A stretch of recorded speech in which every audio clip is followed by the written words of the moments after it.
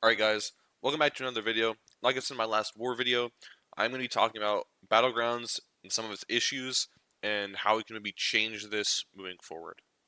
First off, I want to start with the bad metas, right? I I think you've probably seen it if you've watched anyone that plays Battlegrounds, like Barrowman, Legacy, and a lot of other people are complaining, but this meta right now, the power burn meta, absolutely sucks. It's just frustrating, right? Because not only are you getting power burned every time you hit into the node when they have the armor up and regen up, but the regen just like it's so strong. Not to mention this is triggering every 10 seconds. So unless you have a perfect counter to the node, which again simply isn't possible because there are too many RPG asks in many defenders that you can't just take a power burn immune and then go along your way, right? You can't use a power burn immune against Serpent or Bullseye. Maybe you can, but maybe not. They're not going to work too well, right? But again, this happens every 10 seconds, which means you cannot hit the opponent for any reason, right? You just have to sit there and either hit their block or dash back or do anything else, but you cannot deal damage during that time, which again is fine design choice, right? Again, these nodes are challenging, but the problem is, for Battlegrounds in specific, it's just boring, right? When you look at Battlegrounds, you need to do quick, perfect fights. And again, when you're, for literally half of the fight, you cannot do anything, um, like, it's just impossible. It's boring, you're timing out, you don't have enough time to do enough damage. It sucks, right? And that's only this meta in specific, right? We have had a ton of bad metas recently, right? Last meta, Invade. The thing with Invade was the meta itself was pretty fun, right? Unless you were fighting Enchantress, then it completely sucked. But again, hitting the block and just nuking everything in like 20 seconds, the actual fights were fun. The part that made it not fun was the fact that you needed a perfect draft, and on top of that, you needed to play perfectly and have perfect AI to win most of your fights, right? Because Bullseye was going to do every fight within 35 seconds, right?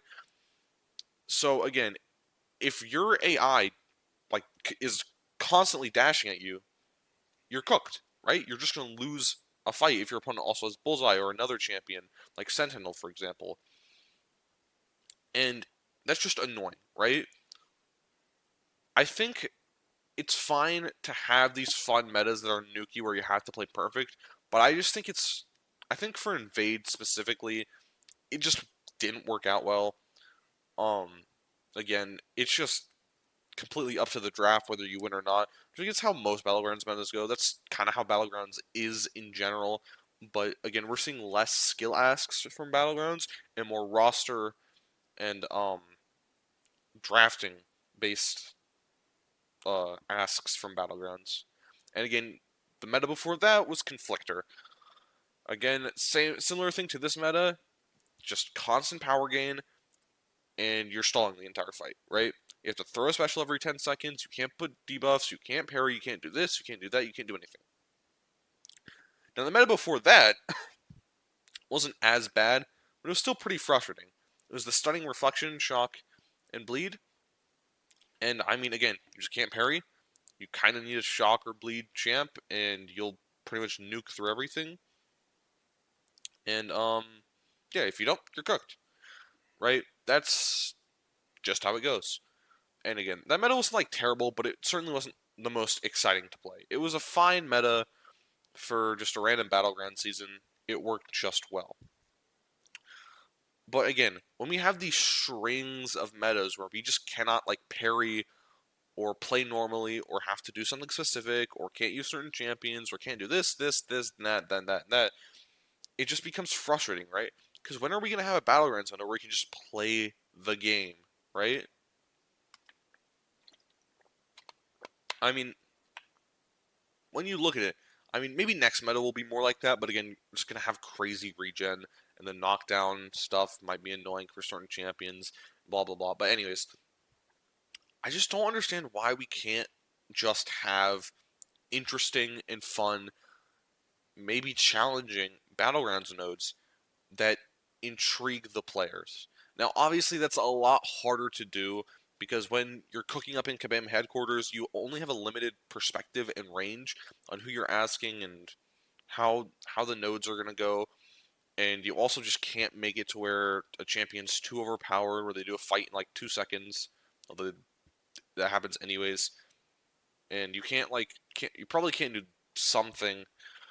I don't know. There's definitely restrictions, and there's definitely nodes that you can't add onto Battlegrounds, or maybe Kabam wants like a certain meta to be a certain way. Again, we don't know. They don't tell us this stuff, so I'm just assuming, right? But it generally just feels like many of these nodes are not play tested very well, or just not, or just aren't thought out through very well, right? And again, it would be fine if Battlegrounds wasn't like super competitive and was just this fun thing that people played every now and then, but it's not. It's the most competitive game mode in the game, other than maybe Alliance War. But again, that's that's a different debate, different discussion, and it gives you by far the best rewards in the game, right? The Radiance is super strong, especially when you're placing in Celestia higher. So yeah, the nodes for Battlegrounds certainly matter. And again, I think they just need to playtest these more. They need to figure out what is more fun and engaging with the Battleground zones. Because again, I'm not gonna pretend like I know everyone's opinions on every single node, right? There's probably people that love this meta, and there's probably people that absolutely hate this meta, might even quit the game over the meta. But again, that's just the way the cookie crumbles, right? The problem is that most people have a genuine dislike for the majority of the metas that we're seeing. Now, I think one of the biggest problems with this is just, like I said earlier, the fact that there are certain champions that you have to have in your deck, right? There's this idea of a perfect deck that you need to have. You have to have like Serpent and Bullseye and Yelena and Dark Phoenix and Sentinel and Deathless Thanos and Red Skull and all these other crazy champions, right? Like Spider Woman, Jean Grey, Okoye, Zola. Here's any 2025 champs you kind of have to have in your deck, right? You have to have Enchantress. All these crazy defenders with huge RPG asks that simply do not fit in well with these nodes, right? You have to have a perfect counter for someone like Serpent, right? You gotta have Chopper, you gotta have Spiral, you gotta have Nico, you gotta have someone, right? If you don't, then you're guaranteeing a loss when you're fighting Serpent. Now, obviously, you can just ban Serpent, but the problem is Serpent's not the only RPG defender, right? You have Yelena, you have Zola, you have a bunch of other champions, you have Enchantress, all this sort of stuff, right? And so the fact is, you cannot ban every single defender with an RPG ask, right? You just can't. The game is too big. There's too many defenders that ask you for something that you simply cannot ban all of them. Now, again, you can ban some of them, which can make your deck selection uh, have more variety and have more champions that you need to use for the nodes. However, that does pretty much guarantee that you're going to have a champion that is not going to be fun to play in a meta, that is going to take a long time, and may not even finish the fight simply for the fact that you need that champion in your deck to counter another champion, right? I have a 6-star Sinister in my deck because I don't have the 7-star Awakened yet. Thank God, thank God for raid month. But this besides the point. I kind of need to counter Sinister, right? Now, there's obviously other Sinister counters. I have Sentinel, I have Jean Grey, although she doesn't work as well as you'll see in this video. Um, Again, I have Onslaught. Um, I think that's all the mutants in my deck. But yeah, I have those champions, right? They work fine as bullseye counters. But the problem is they have other uses that I may need them for, right? If someone has a Yelena, which I typically ban, but if someone were to pull a Yelena, I'm gonna need that Jean Grey, I'm gonna need that Onslaught. Now again, the likelihood that I'm gonna pull both of those champions just for Yelena isn't a smart idea, considering there are probably other defensive threats I mean to draft for. And so when you have limited bans and this list of defenders that you need counters for, it creates this sort of synergy with the nodes where you either have to have a perfect counter for the nodes or a perfect counter for the defender. And then you either risk timing out or dying. And again, timing out is better than dying because you retain health and you still have damage on the defender. most times, right? But again, that just makes the game so boring, right? Like, it's just frustrating to sit there for 2 minutes doing nothing while the defender is just waltzing around and hitting your block, dashing back, and then not throwing their special for 20 minutes, right? It's annoying. It's frustrating. And again, I don't really know what the perfect solution to this is, right? Because again, I think it's a far shot to say that we'd ever have a Battlegrounds meta with no nodes, right? They only have the increase in health and attack and then the relic one. I don't think that's a terrible idea, but I just don't think the game is at that scope yet where the perfect Battlegrounds deck can be crafted. Now, obviously, we are getting very close, right? There is certainly uh, a theoretical perfect Battlegrounds deck where you have probably a few champions where you could switch around and there's probably some choice. But in every deck, you need to have Serpent, Bullseye, Deathless Thanos, and a plethora of other champions that I've already named. Um, yeah, I mean something with like the Bleed and Shock meta we had last month, I think it was. Um, yeah, but there it's not as bad because you can still do the fights with any champion, you just can't parry. But again, that just kind of takes away a part of the game, right? You spend units on these masters, you spend gold, which again, not that big a deal for either, but these are core parts of the game that you utilize everywhere else. And having an entire 2 weeks where you have to grind for good rewards and just playing in a frustrating thing where you cannot do a core thing. Like, imagine if there was a node where you could not dex any special, right? Think about how annoying that would be, right? Think about how bad that meta would be. Think about who would like legitimately play that meta for more than like the 3 or 4 games you need to do every 2 days, right? Nobody would play it because that sucks, right? Like, what do you mean I can't dex like a Kang special one, right? No one uses Kang, but like you have to block every single special. Now, obviously, for like Serpent and Photon, you have to do that anyways. But for every champion, really, like that would suck. So taking away something like the parry mastery, it doesn't have as drastic of an effect because you can intercept and you can heavy punish and do all that stuff. But again, you're forcing the attackers to take unnecessary damage, which can risk losing you a fight. And in total, this just makes for an unfun, unfamiliar circumstance that most players just don't comfortable with or just don't enjoy, right? And I think we've seen that since the introduction of Radiance. The amount of points that you need for each like tier has decreased because the Battlegrounds metas just aren't as fun, and people aren't enjoying Battlegrounds like they usually are or they used to be. Now I want to shift a little bit. I want to talk about draft luck. Again, that it's kind of a signature thing now, luck, right? And again, I just don't really know a way around this because again, draft luck is sort of necessary to keep the game mode somewhat competitive. Because again, if you could just pick between every single champion you have, well, then people are just going to pick a counter to the one defender you have, and then it kind of like is meaningless that you pick them anyways. And then also the person that would go last would have a guaranteed advantage. I mean, they already do, but it would be worse, right? I think there is some necessity for draft luck, but it is really, really annoying getting like 5 attackers 4 times in a row, and now you just have no defenders, right? You have to put like your Stark Enhanced Spider-Man on defense, or put your Gladiator on defense, or whatever, right? That's really annoying. And then they have like Serpent and Bullseye and Yelena, and you just didn't draft any of their counters, right? You're getting you're getting like your Hulks, or you're getting like Rincher or something, right? And you just can't fight these champions because you don't have their RPG asks. Again, I don't really want to go on a too long a tangent about this, because there's not really much we can do, right? We can potentially expand the draft to have more champions you can pick from, but again, like it is just a core part of Battlegrounds that you just have to draft better than your opponent.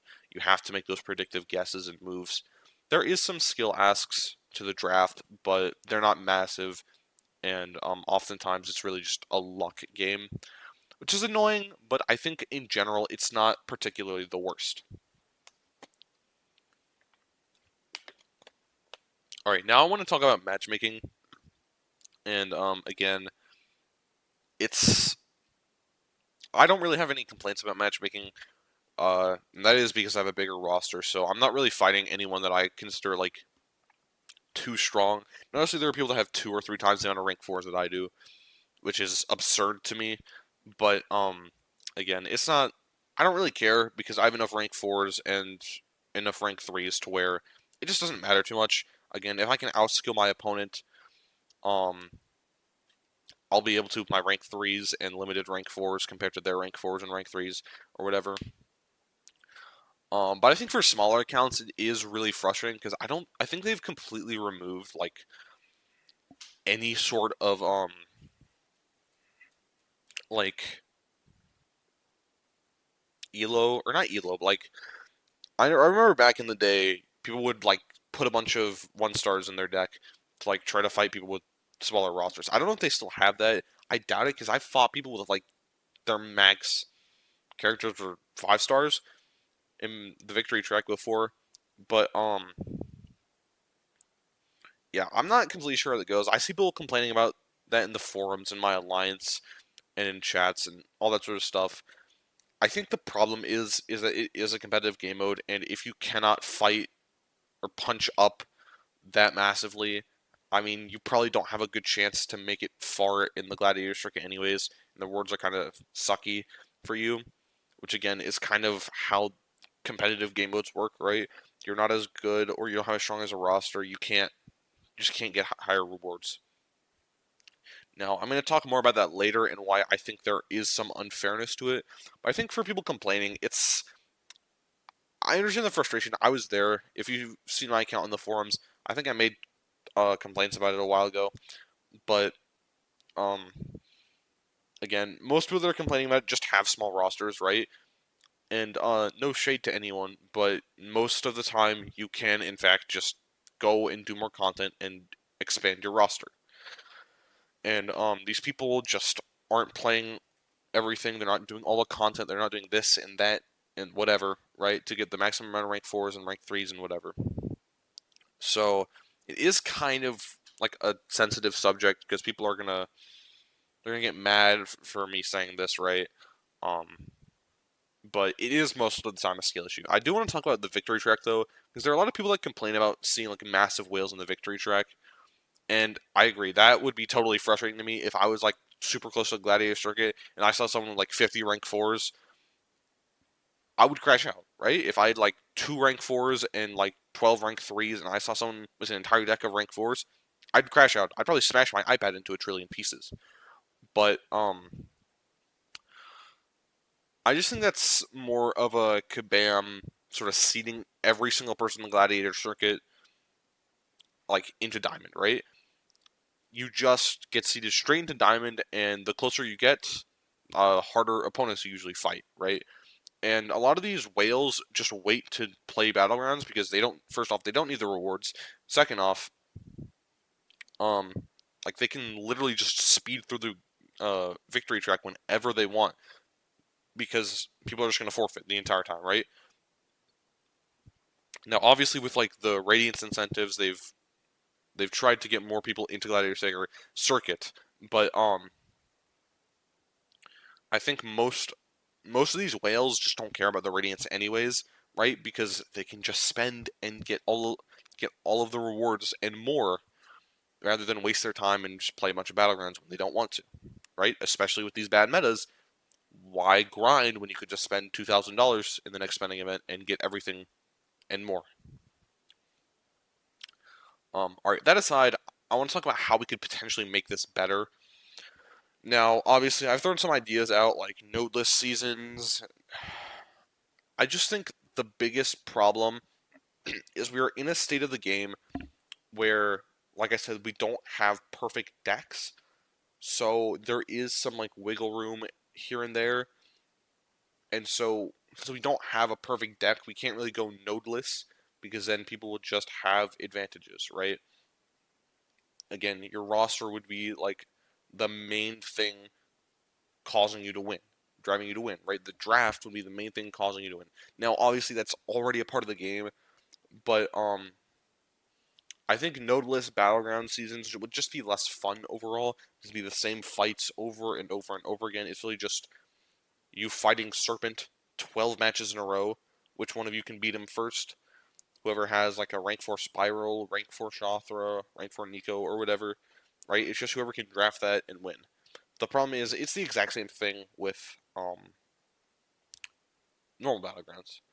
I think what we could do is potentially offset this by by creating nodes that have more skill asks in them and can utilize, which makes you able to utilize different champions for different fights, right? We look at something like the crit me meta. I think that's far more skillful because again, most champions will be able to work for any fight, right? It's kind of nuky, but at the same time, you have to get the intercept in, and pretty much any champ will be able to work against any other champ because you're doing a lot of damage.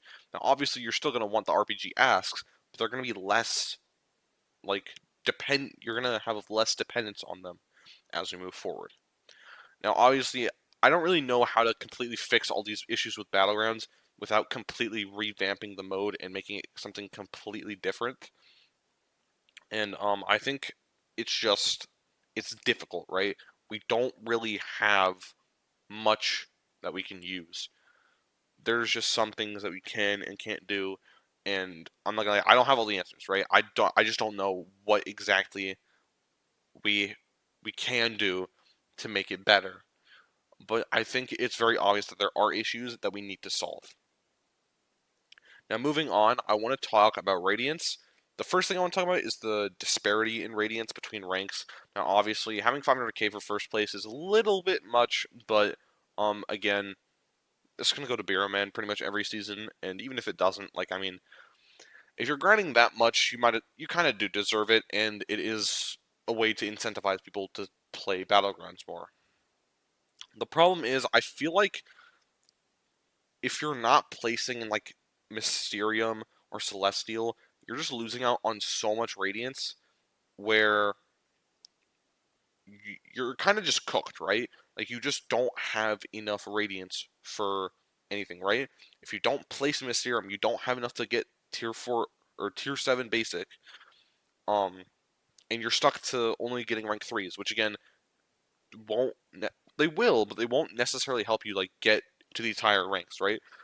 The idea of a competitive game mode should be you play, you get as far as you can with your current skill and roster, you get rewards, you update your roster so that your roster is stronger and your skill can be utilized more with your stronger roster, right? Which means you can push farther up, get better rewards, and keep on doing the cycle and cycle and cycle until you either find a place where you're outskilled by pretty much everyone above you, or you go all the way to the top because you're the best player, and the only thing that was really holding you back was your roster.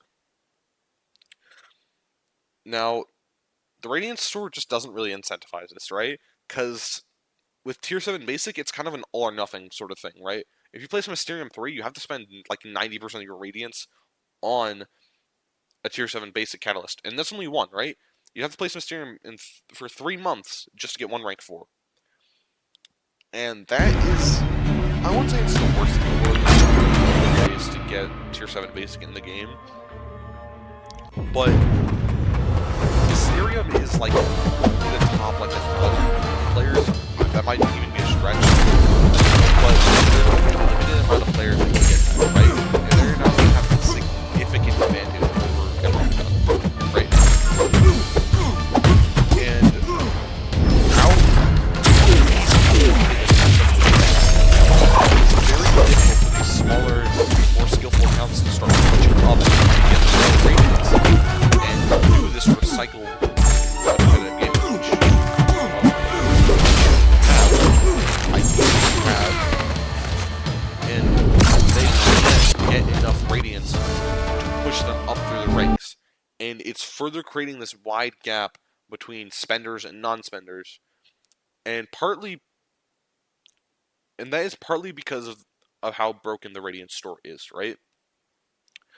For people that get tons of Radiants that are placing high in AW and getting a ton from AQ and placing high in Battlegrounds, a lot of these issues just don't seem apparent to you, but um, the Radiant store is way too expensive for people that don't have the best everything, right? Like again, if you're not placing in at least like Plat 1 or higher, and you're not getting top like 500 in AQ, and you're not getting Wisterium in Battlegrounds, what you're seeing is just not enough Radiance, right? You can maybe get a rank 3 every now and then, but you're just not getting enough rewards in general, right? And part of that is because you just can't save your Radiance on anything else. Because there's just not enough content in the game that's giving you enough materials for rank 1 or rank 2s and rank 3s. And so you have to use all of your resources from the Radiance store on getting those rank 2s and rank 3s. And because of that, you can't save up meaningful amounts of Radiance for something like a tier 7 basic, which costs so much more than anything else in the Radiance store, right? It costs more than 20 times a tier 4 alpha, right? Now, again, I think when the Radiant store first released, that was fine. But now the game has kind of moved past that, and they need to cut it, maybe not in half, but it should be somewhere more towards like the 70, 80,000 range rather than 125,000. Or they give you 2 instead of 1. Now, I think the biggest problem with the Radiant store is that it just, I mean, the biggest problem is that the amount that everything costs is just kind of absurd, and no one has enough Radiance to get everything unless you're Bureau Man, right? Like, you just cannot get 3 tier 7 basics every month for rank 4, and then get all the units, and then get all the 6 stones, and then get all the tier 4 alpha, and then get all the tier 6 basic and tier 3 alpha, and then get all the tier 6 class catalysts, and then get all the Titan shard, and whatever, right? You just can't do that. Now, obviously, I like the fact that you can pick and choose and decide what your needs are, but I don't like the fact that they're not giving us more of the things that we do need from content, right? We're not getting 6 zones, we're not getting tier 6 basic, we're not getting tier 3 alpha. And so you're either forced to spend your Radiance on that. Now, I've been using my Battlegrounds tokens, whatever they're called, trophy tokens, to get that, but again, there's only a limited amount, right? And we can't have all of it.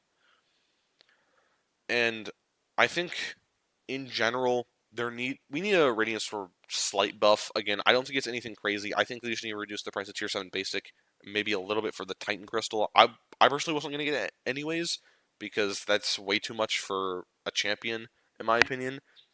But I think they do need to adjust the prices a little bit.